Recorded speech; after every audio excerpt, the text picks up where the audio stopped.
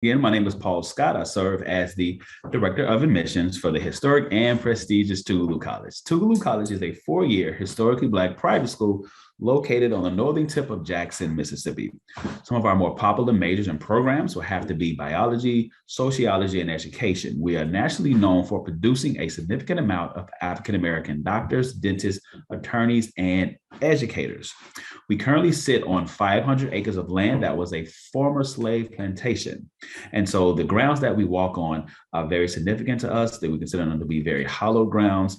We have a very nurturing environment here, small classroom settings. And for those students that are out-of-state students, we don't have an out-of-state fee, which kind of puts us a little different than other institutions. So we are nationally ranked among either HBCUs, is probably one of the top 15, among other small liberal arts colleges. We're normally nationally ranked as one of the best in the country. Oh, wow. Okay. And some of that I have questions about later, some of those programs, but for a student that's a high school senior, potentially watching this, if they decide they want to apply to Tougaloo, what does the process look like? When does the application open? What do they need to submit to apply? All of those things. Awesome. Our fall 2022 applications are online now. And so a student can just go to our website, which is www.tougaloo.edu, and click on admissions and click on apply. Okay. And so they can need to submit application. Yes, ma'am. And at the present time, there is no application fee. So It is free to apply. Okay.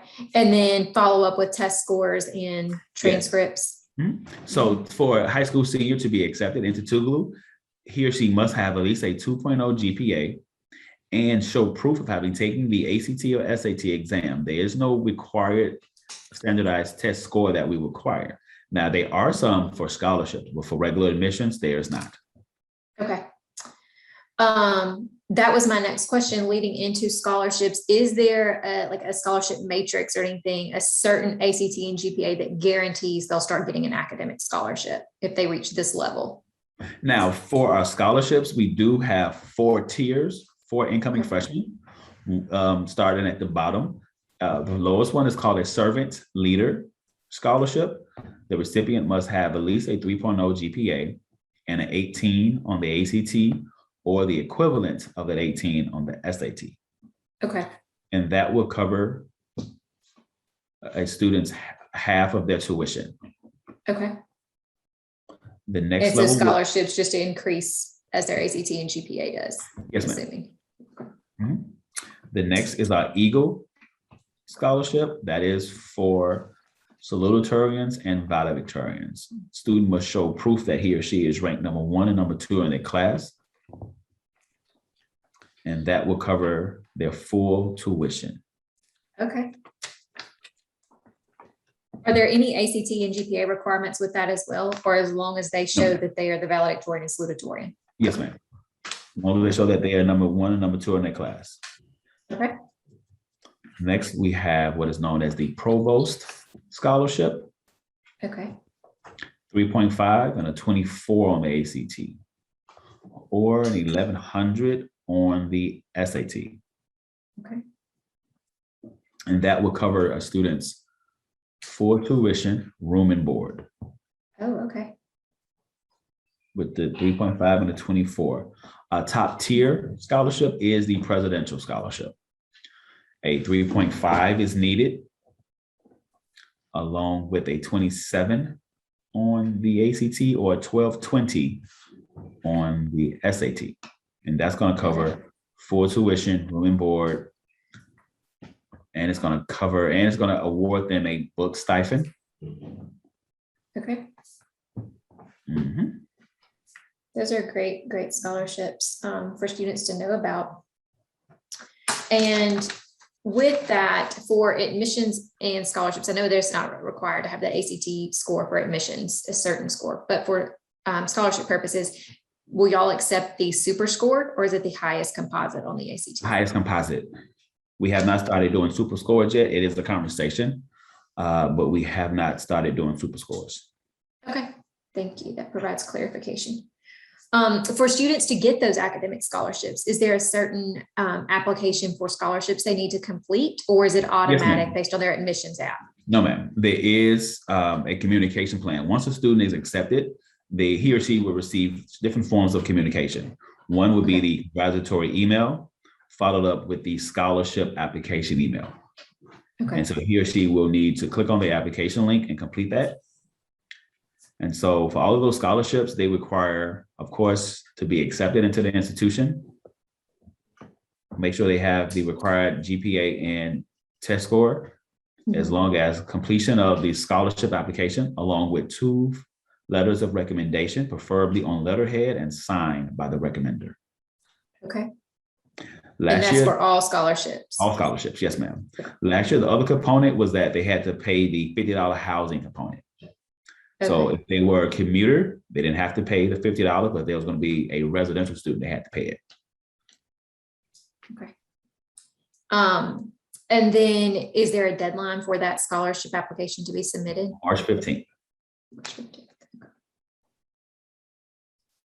So I know a lot of students, once they've decided where to go, the biggest question that they have typically is, how am I going to pay for it? So we've talked scholarships and then financial aid.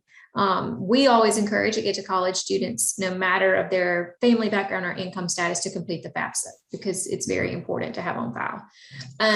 Is it required for students to complete the FAFSA as part of the admissions process?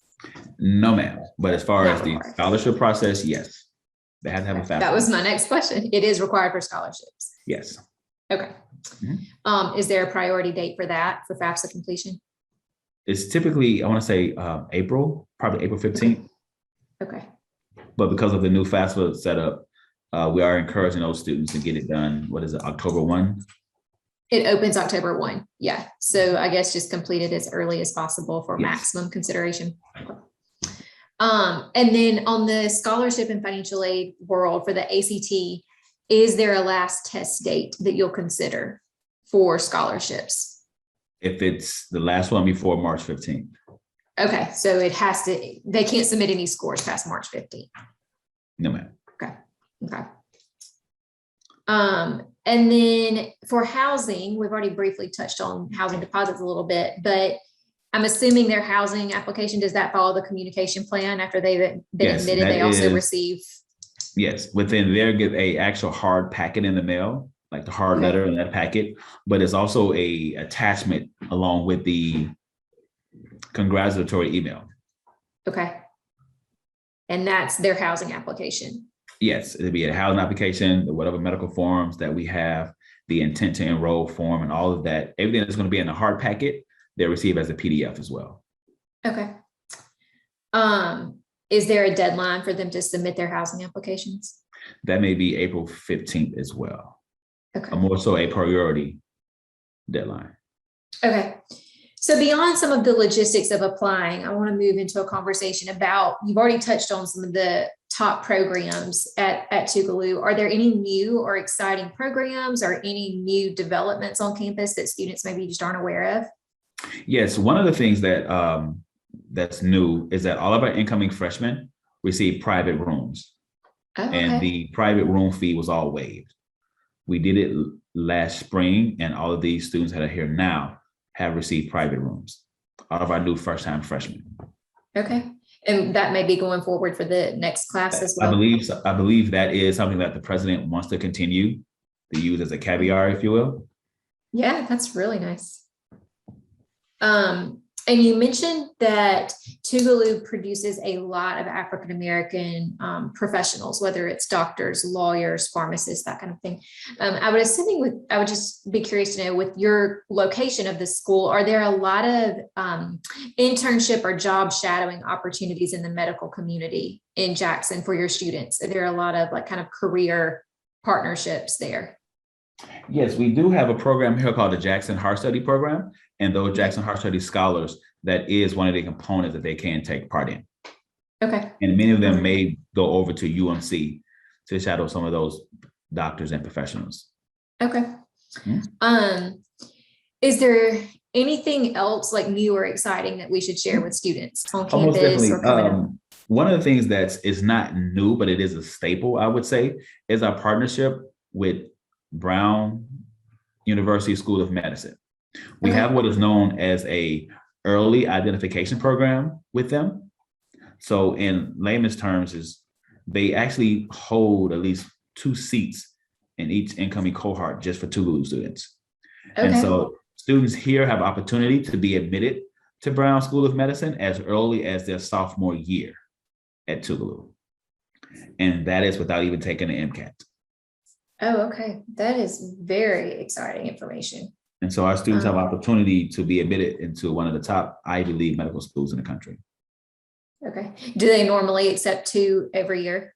You said they hold 2 students, but it's usually 2 students at least every cohort going. Yes. That's awesome. That's awesome. Mm-hmm. Another question I've been, oh, go ahead. Go ahead. No, you go ahead. Okay. I think you had something exciting to share.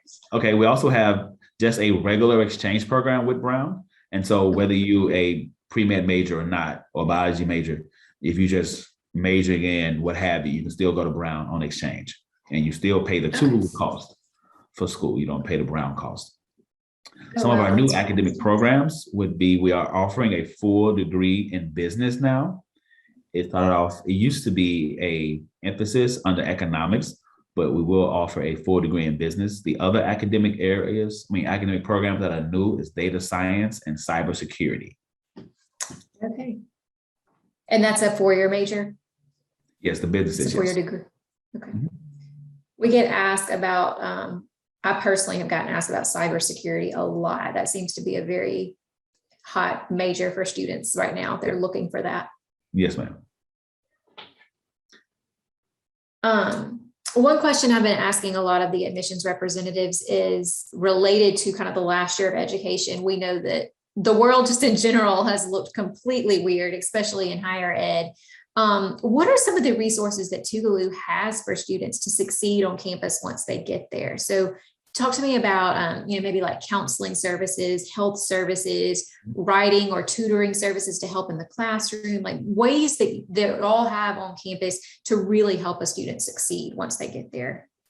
Okay, we do have counseling services here. We are just hired a new counselor. I believe she hasn't started yet, but prior to her, we were using an off-campus service.